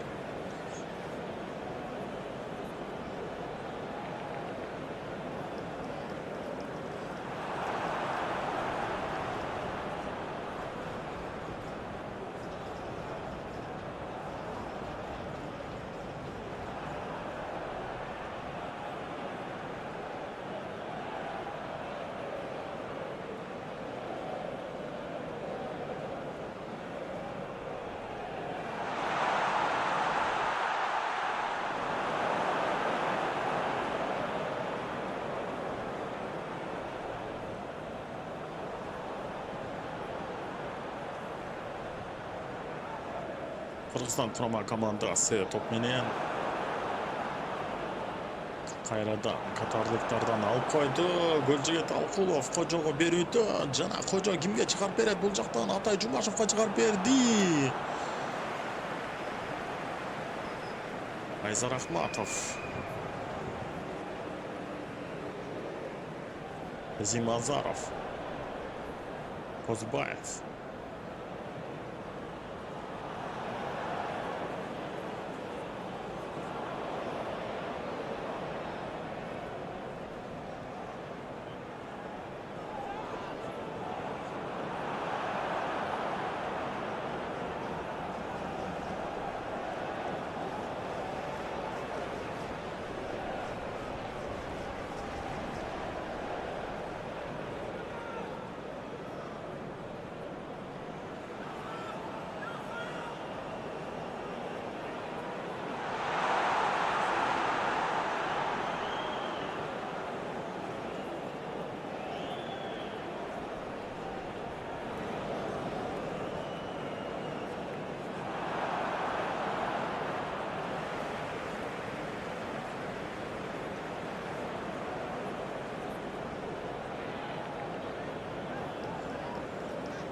Эки миң жыйырма алтынчы жылы Америка Кошмо Штатында боло турган дүйнө чемпионаты үчүн өтө кызуу күрөш жүрүп атат.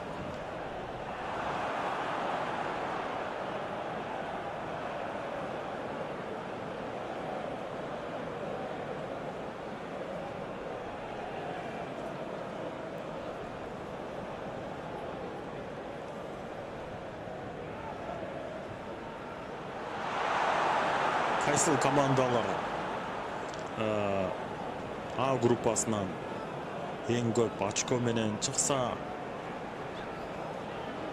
өтө жакшы мүмкүнчүлүктөрү бар дүйнө чемпионатына чыгып калышына. Ошондой эле биздин курама командасы дагы толук мүмкүнчүлүгү бар дүйнө чемпионатына чыгышына.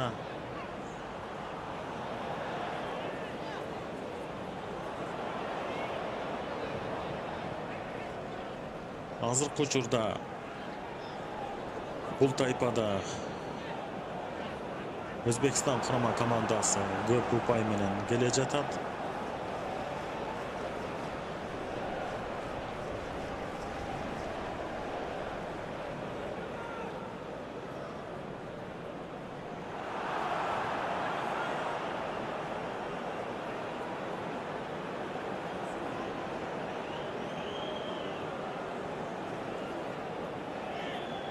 Эсепти теңеш керек.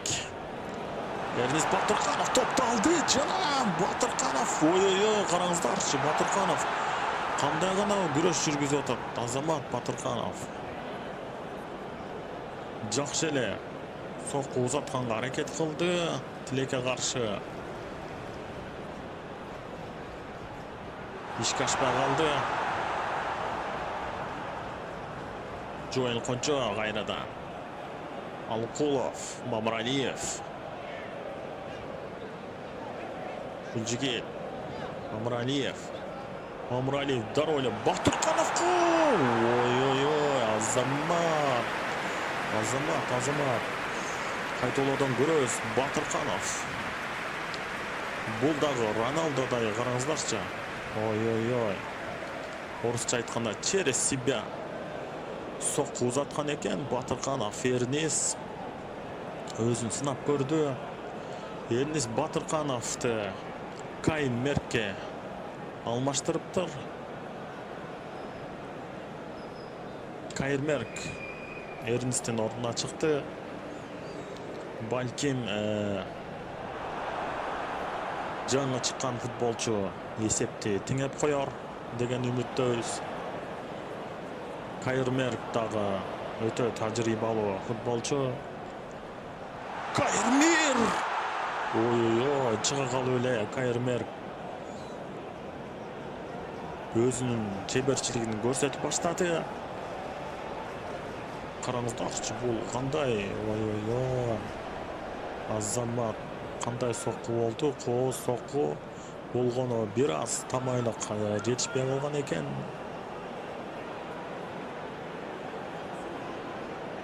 Педро Мигелди Мусам Хидирге алмаштырып атат. Алмашуулар орун алууда. Ойын бүтөрүнө 10 мүнөт калган экен.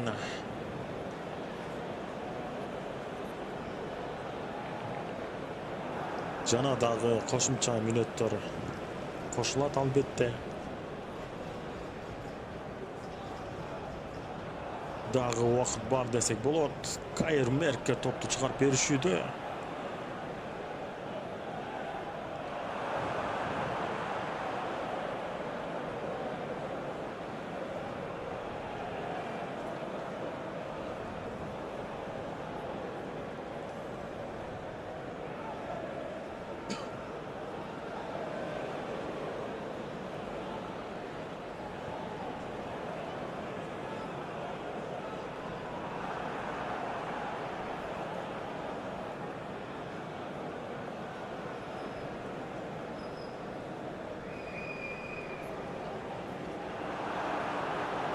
Ой, Жоэл Кожо алып койду жана Кайр Меркке. Кожо дароо эле чыгарган болчу. Тилекке каршы иш кечпей калды. Чабуул. Козубаев биринчи топко жетип барып, кайрадан кыргызстандыктарда топ. Каймерк Атай менен ойноп атат. Кайрат. Фархат. Алкулов, Жоэл Кожо топ менен жана Кожо өзүндү. Гол. Оле, гол. Кыргызстан командасы эсепти теңеди. Жоэл Кожо эсепти теңеп койду. Кыргызстан Катар эсеп 5-5. Алгылай бер, өсө бер. Кыргызстан курама командасы. Караңыздарчы, мына сагат Жоэл Кожо бир аз тынчып калган көрүндү эле.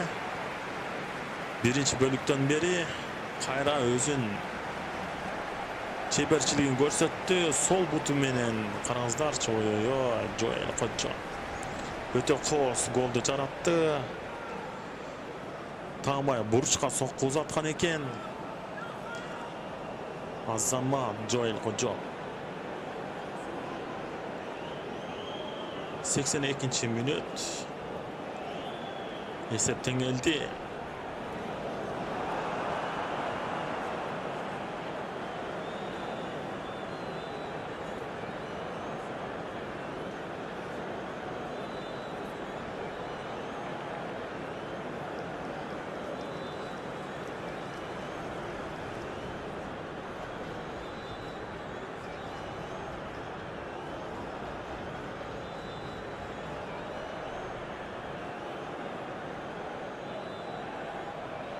Акрам Афиф топто көтөрүп берүүдө жана Азамат.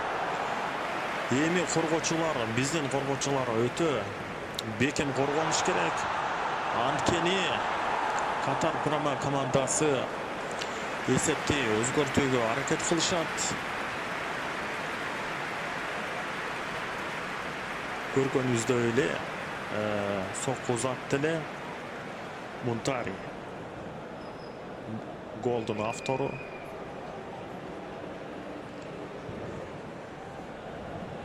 Бурчтан чыгарып берүү иштептир. Акрам Афиф топто чыгарып берүүдө жана Азамат. Бул жактан Кыргызстан курама командасы коргоочулары жакшы оюн көргөзүүдө. Жана ошондой эле Эржан Токотаев өз ордунда.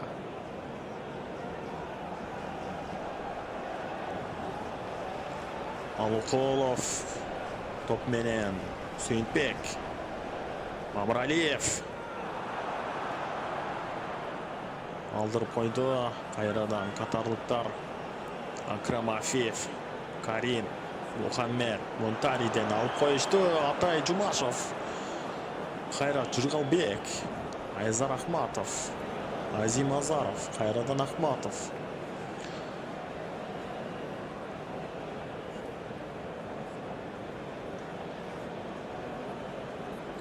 Кайрат Каймерк бетти көздөй чыгарып берди, бирок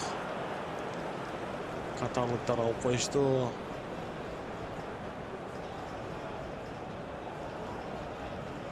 Урматтуу футбол сүйүүчүлөр, дагы чоң үмүттөр бар албетте. Дүйнө чемпионатында чыгып калышыбыз мүмкүн. Бул жактан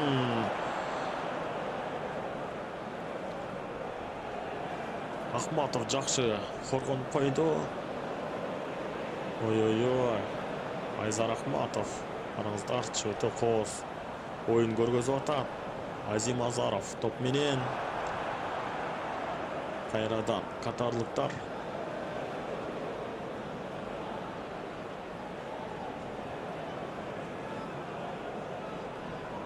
Кайырмерк дагы гол жаратып койчудай сезилип атат. Өзүн көргөзүп атат, жакшы эле ачылып, жакшы ачылып берип атат. Мухаммед Мунтари. Мунтари, Афиф. Мунтари. Афиф кайрадан топту алдырып койду. Азамат, Кыргызстан курама командасы, Жоэл Кожо. Малкулов кайрадан Кожого берүүдө. Сүйүнбек Кожого берүүдө жана Кожо эмне кылат? Бул жактан шашып кетти көрүнөт Кожо.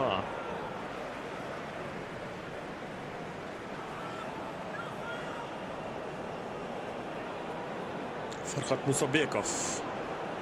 Сүйүнбек Мамыралиев. Мамыралиев жакшы чыгарып берүүдө.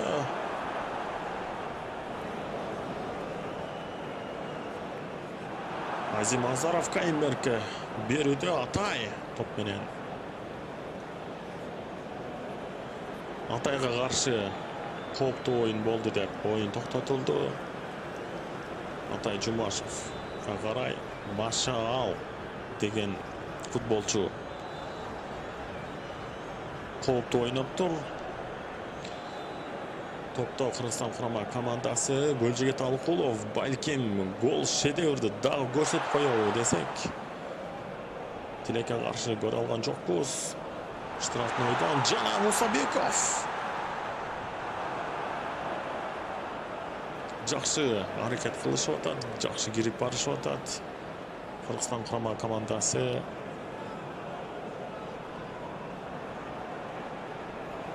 Атай Жумашев топ менен. Атай, ой-ой-ой, жакшы алдап койду бул жактан. Кайырмерке жакшы эле чыгарып берди. Кайрадан. Ой-ой-ой, Кайрат бул жактан Жоэл Кожого. Караңыздарчы, бул жактан жакшы соккулар орун алды. Кайрат Жоэл Кожого көтөрүп бергендей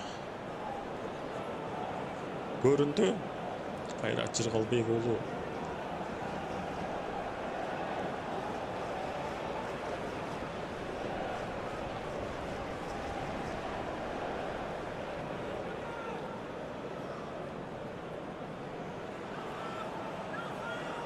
Oyun бүтөрүнө 3 мүнөт калды.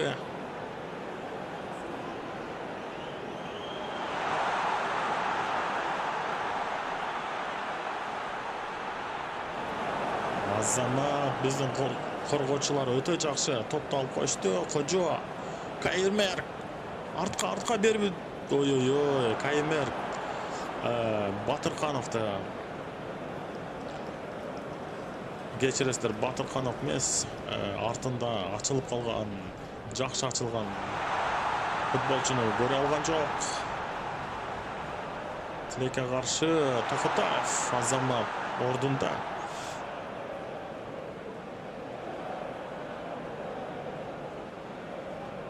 Абдуллазиз Хатем.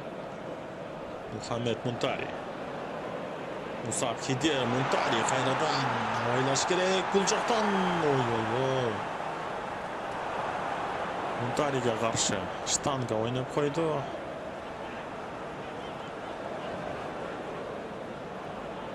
Эсепти өзгөртүш керек. Кыргызстан курама командасы аракет кылыш керек.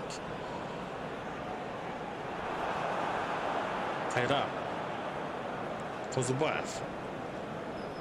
Мамыралиев. Фархат Каймерке көтөрүп берүүдө. Атай Жумашев өз ордунда десек да болот. Кайра Мусабеков экинчи кабатка көтөрүп берүүдө. Талмай болбой калды. Бирок кайрадан топту алып туруп Кожо талмай эле көтөрүп берген эле.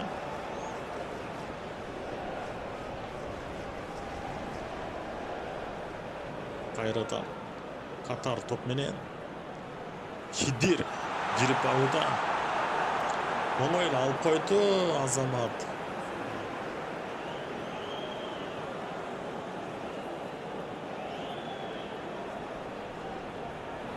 Усап Хидир көтөрүп берүүдө.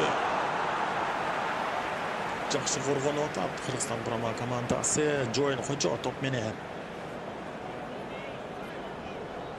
Кожо жакшы чыгарып берди. Каймер. Ой, Азамат. Алыкулов. Өтө жакшы оюн көргөзүштү. Каймер бул жактан Алыкуловдуку офсайд болуп калган экен Барьер. Каймер жакшы сокку узатты тилекке каршы. Гол жарата алган жок. Кошумча мүнөт 4 мүнөт калыстар кошкон экен бул оюнга. Дагы 4 мүнөт футбол көрөбүз. Кыргызстан курама командасынын пайдасына ошол 4 мүнөт чечилип калар деген үмүттөбүз. Эсеп өзгөрүп Азамат коргоочулар өтө жакшы оюн көргөзүүдө.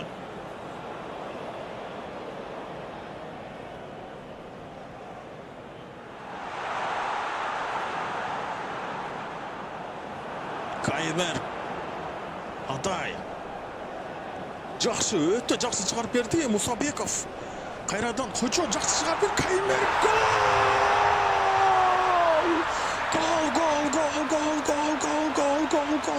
гол. Мына сага ушул голду күтүп атканбыз. Каймер.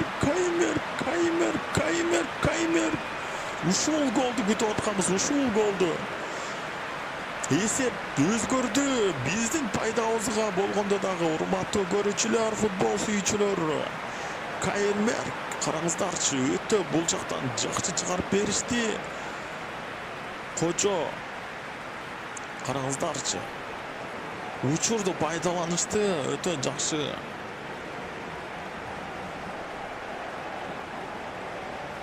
Каймер сол бут менен дарбазанын таамай оң бурчуна сокку узаткан экен. Эсеп биздин урматтуу көрүүчүлөр, биздин пайдабызга чечилип атат.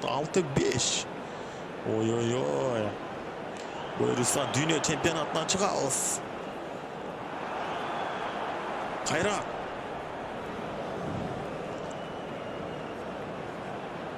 жогоруда айткандай эле Каймер голдун автору болду. Азамат балким туура эле алмашуу болдубу? Козубаев дароо эле убакыттар өтө ошон үчүн дароо эле Каймер түгөздөй чыгарып беришүүдө. Коргоочуларыбыз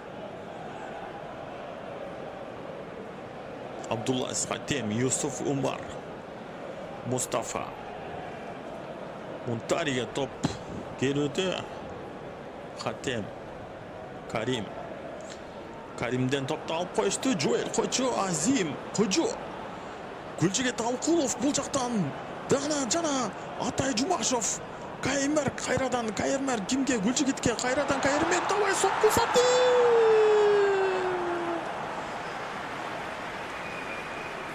Каймер дагы бир ирет караңыздарчы. Катардын дарбазачысын өтө кооптуу жагдайга учуратып койду. Саат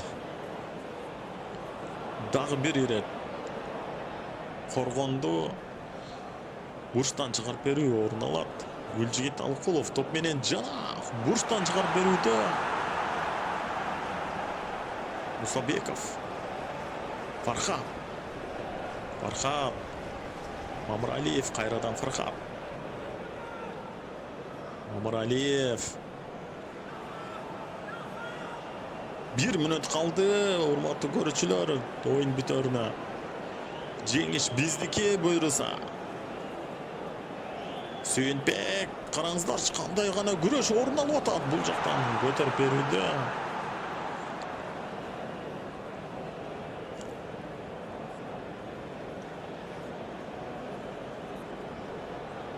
Кайрат. Токотаев. Каймерди көздөй. Сокку узатууда. Карим. Унтари.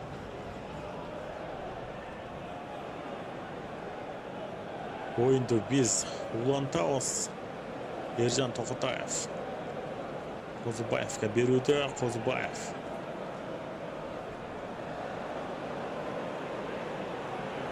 Айзарга. Айзар Кайратка. Урматтуу көрүүчүлөр, Кыргызстан курама командасы бул оюнда жеңишке жетти. Кыргызстан курама командасы 6-5 эсебинде Катарды утуп алды. Урматтуу көрүүчүлөр, барыңыздарды куттуктайбыз. Сиздер менен комментатор жана оюнчу бул оюнду ойногон Канимет Белекбек уулу болду. Көрүшкөнчө анда эмесе.